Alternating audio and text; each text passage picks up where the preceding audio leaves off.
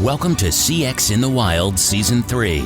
Let's catch up with Dennis on Safari now. Let's start with who you are and what do you do? My name is Tom Kuhn. I'm the Director of Strategic Accounts with Centrical. And what I do is I help employees love their jobs. What a great soundbite there. Do most employees love their jobs? Absolutely not. The data shows you don't have to look far, or many people could just look at their own company. Lots and lots of employees are disengaged today, and they're disengaged. Expectations of an employee haven't changed in the past 100 years. I think employees want to be treated well. They want to be trained properly. They want to know what the goals and expectations of their performance is. They want to know how they're doing. They want clear feedback. They want support. That's never changed. What has changed, and it certainly was changing wildly before COVID, with all the technologies. Look at all these technologies at CCW. There's so many great things here. But certainly after COVID, the workplace has dramatically changed. Those expectations are not being delivered to a lot of employees today. And is that because of this? When I hear you say that the needs of employees hasn't changed for 100 years, but what I think has changed is the scale of teams, the amount of management that has to go into keeping relationships with 100, 200, 300 people. And I'll tell you my perspective on this. Because you're really helping people in a call center or large team environment, where I think when most people think of employees, they think of small teams or corporations, top-down management. But that's an entirely different situation. In this rise of scale, global economy, large teams, it almost feels like there is a gap between that 100-year-old need and the future of our industry. Absolutely. Pick any enterprise, pick a company with 100,000 employees. Ultimately, that frontline employee still does have one manager. They have one supervisor and that one supervisor has perhaps the toughest job in the place, because they may be overseeing 10, 15, 20. We see frontline supervisors overseeing 25, 30 people. And they're remote. They may be all over the world. They may never be face to face. And that's where the breakdown begins, because if they don't have tools to do the things I mentioned, to stay connected to the employee continuously, not once a week, not once a month, not once a quarter, all the time. They need to be, instantly available to the supervisor. They need to be connected to their peers. The breakdown of people working remotely, and you see some companies pushing back today going, well, this just isn't working. It isn't working because you haven't given tools to connect your people to your supervisors. You haven't put tools in place to connect peers to peers. Most learning, most support and success doesn't come from the boss. It comes from the people that I work with. Yeah. That's just in the flow of work. When you break that and you don't replace it, it becomes very difficult. So I think, no matter how big the organization, we always talk about the frontline supervisor, the frontline leader. That's where the rubber hits the road. That person and the frontline employee are where everything happens. You make really valid points about the challenge in the industry. I think what else is interesting is in these tool sets, so many of these tool sets are about monitoring employees, or let's call it inspiring employees to go above and beyond. But there's this huge opening for tools that have a wider, nuanced approach to the employee life cycle. Can you talk a little bit about that? Sure. That's a great observation, a great way to frame that up. The challenges with employees, from my perspective, they start all the issues and the breakdown and all that. It starts on day one. It actually starts before day one. It starts the moment I've accepted that job. And we see many clients who may put out 1,000 job offers on a monthly basis. They may actually, there may be more than that. And the breakdown begins even before day one of training, because we may see 30%, they may see 30% of those great hires that they were so excited about just not show up. And again, it then just gets worse, that we see, companies commonly, particularly in some contact centers, where attrition can be 30, 40% from day one of training to the last day of training. And again, it is not rocket science. When you ask these employees, why did you leave? There was no connection. There was no support. Seen. I got no support. Yeah. I wasn't clear on my goals. I didn't have the tools. Even before I started, I got an offer, and then I didn't hear anything else from the company for 2 weeks. And in the meantime, 4 other companies reached out to me. Made it real easy for me to decide I'm moving on. So the great news is those are fixable problems. They're fixable with basics, which is, again, how do we give tools to frontline leaders to connect to new hires before they even start? How do we give better tools to trainers and those people that are assigned with bringing them on board? How do we give them better tools to know how that employee is feeling on day one, on day 2, things like that? Tom, as always on CXOL, feel free to say pass on any question. Let me ask you this, because you talk about, you're really talking some of this conversation about empowering the frontline leader to be a better support for large teams. But I hear that, and here's what I think.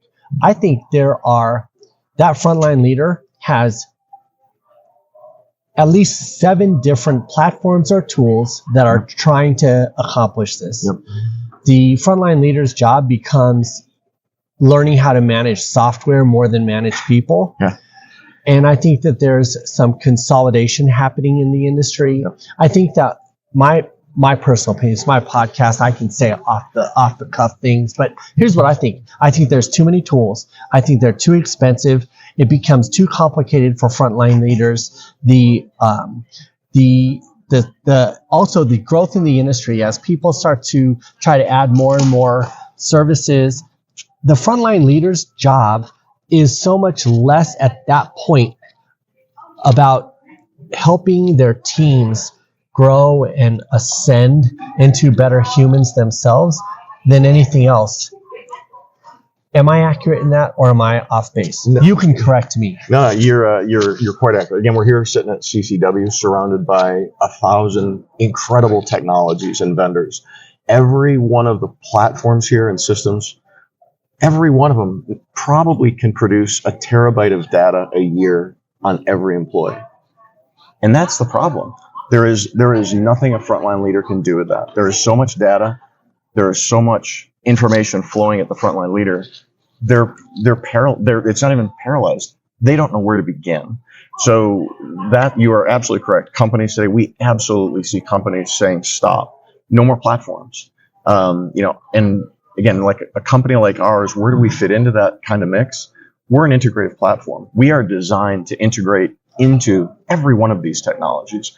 We want your employee, and you want your employee, in the main platform, wherever that might be, in your main CRM, your main systems. That's where you want them to be. That's where we want to support them. So I think what you're absolutely seeing more and more companies pushing back. Systems today, there can't be more data coming to a frontline leader. There can't. What we do is sort through all this massive amount, this treasure trove of data, and we help push the most important, meaningful data that I need as a supervisor right now to them. And I know, like, if I see a smartwatch on your hand, or a Fitbit, or an Apple Watch, think that is a device that guides most people in their day. People that count steps, things like that. It's the magic 12,700 steps yesterday, Tom. Well done. And the fact that you know that right now changes your behavior. Imagine getting a report at the end of the week or the month that says, hey, you took X number of steps. Would it help you? Does it change your behavior? Does it help you do anything different? Not at all. But continuous feedback from those systems not another Excel report, not a SharePoint thing that I got to sort through, but let's simply tell the manager what's important right now, today. It could be there's a new policy change. Let's validate that the manager understood the email that went out to 5,000 employees. Let's give the manager, let's make their job simpler by helping them easily validate, do my employees understand it? And you know what? There's technologies like ours, we can automatically take the step to go, it's not that all 5,000 didn't understand it, but we identified 500 that didn't. Let's only help them. Let's let the rest of the employees move on with their day. Let's not bury them in more information because, gosh, we have to send this to everybody again. So true, and there's so much we can talk about your place in the market. So here's why I came over here to talk to you. We've just met. You don't really know me, but I've been following this story for 3 years. Different brands, how they approached it, for a while, gamification was a term that was really important. But as I followed these stories, what was important to me as a story chaser was a couple of things. One, platforms like yours, yes, they do everything you said, for sure. It's just whatever degree your technology and scale will bear.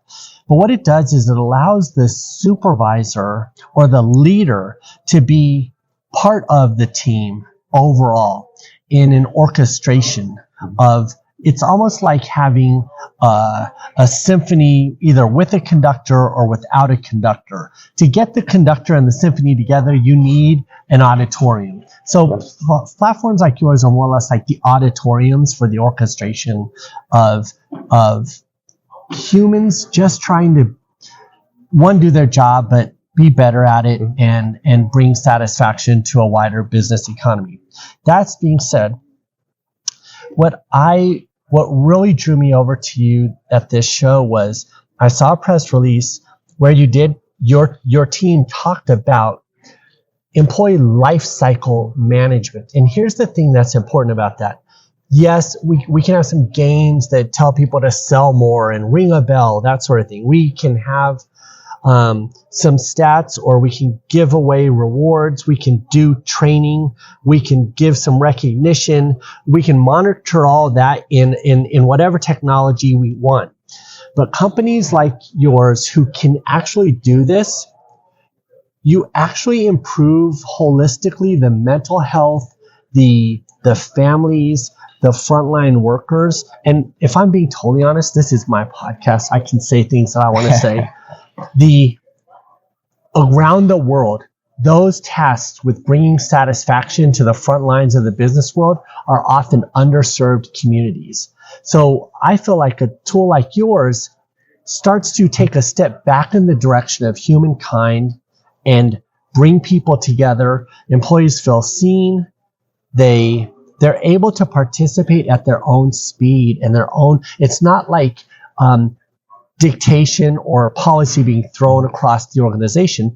People can engage, self-learn, advance their careers, or at least have, to your point, the feedback to know, what do I need to do as a person to improve my career? Sure. So that's my perspective. Is any of that on point? Am I making any sense? You're absolutely making sense, and you've mentioned kind of following this space, this niche piece of the puzzle for 3 years. I'm fortunate. I've been in this space for 10 years, which truly isn't a lifetime, but it is the lifetime of what used to be gamification. So I've seen it evolve from points, badges, and leaderboards. And within a couple of years, and I've been with this company most of that time because I realized that Centrical understood that's a tiny piece of the puzzle, because a leaderboard with 1,000 employees is only good for about 15 employees. Everybody else will absolutely ignore it or even be disappointed or angered by it. Where companies like ours differentiate is where you are on the leaderboard isn't the important thing. The important thing is, how do I move up one step? How do I get a little bit better? See, that's right. Yeah, it's what you're talking about. I am not kidding. My son, long ago, when I first got into this space, playing Little League Baseball. One of the other coaches came up to me. I was a coach. The other coach came up to me and said, "Man, you have a cool job." And I was like, "I've never really talked to you. How do you know what I do?" He's like, "Your son told me." My son at the time, I think he was 10. He said, "My dad helps people love their jobs." And it has stuck with me forever because he's right. And that's what he heard from me, because I'm passionate about that ability to help that frontline employee be successful. Everybody wakes up in the morning, at least on the first day, and wants to be great. I want to do better. I want to love this job. Many companies break that spirit. They break the spirit because they haven't given them, again, their basic tools. And these incredible technologies have to focus on the employee, giving them what they want, and they have to make the manager's job simpler. They can't make it harder. The technology has to be a tool for the frontline leader to do things easy, to deliver a great experience to their customer, which is that employee. Yeah. So I think you're right on target. Tom, well, we can wrap it up, but this is why I do this job. I could tell from your body language just at the end, you truly are trying to help people love their jobs. I applaud you and your organization for helping people who love their jobs on the front lines in places where there isn't as much support as. I mean, even I've done a customer experience for some fast food restaurants. Even fast food frontline employees in the restaurants get a lot more support than call center agents. So I applaud you for what you're doing. Thank you for letting me spend time with you today. Any parting words about the future of gamification or employee lifecycle management? Sure. What's on the horizon? I think the companies that stay in this space, the companies that succeed, will do what you've talked about. They'll follow a company like ours, which has we absolutely look at the life cycle of the employee, as I mentioned, literally before they start, throughout their entire career. Onboarding is a massive time when we can do so much better to help an employee be successful, to understand, to guide them and support them, to understand the employee life cycle, their first days, weeks, sometimes months in a complex job. Again, that's a time they need more support, a different kind of support, very personalized guidance. And likewise, an employee that's been there 5 years, your top tier employees, they need the same things. They don't wake up and go, "It's all me, I'm going to handle today." They want the same things, the same attention, the same support. And that's where companies have to go. All technologies, I think, have to go there. And we're in a unique space that we help other companies deliver that promise, that dream. And it is a vision. It's a dream. But I think, we're not for every company. We are for companies that want to deliver a world-class experience. That's it. They want to deliver world-class training. They want to be perceived as best companies in the world. That's the kind of customer that we love. And they'll thrive with that. And ultimately, those customers will force this industry and all of these technologies to think about the frontline employee and the frontline leader, because that's what matters. And again, you mentioned, restaurants as an example. Restaurants, tough business. I come from Atlanta, and we're the home of Chick-fil-A. And I will tell you, in a situation where, I've seen, Chick-fil-A next to 5 other restaurants that, during COVID, after COVID, whatever it is, that were dead. Some were shut down. All of them were short-staffed. Chick-fil-A never was. Chick-fil-A treats their employees like kings. They do. They do. They are just tremendous. Sure. And again, when you treat employees love your job, that sounds lofty. When employees love their job, they'll be more productive. They will want to help their peers. They will deliver better customer service. Let's be honest, Tom. It's not loving their job. Their jobs are their lives. Yep. We make the lives of people better by providing support in ways that make a difference. And I think that's what you're doing. Thank you so much for speaking to me today, Tom. It's a pleasure. Awesome. Thank you so much. Thanks for coming on this adventure. To catch up with Dennis for CX news and industry events, visit www.denniswakabayashi.com.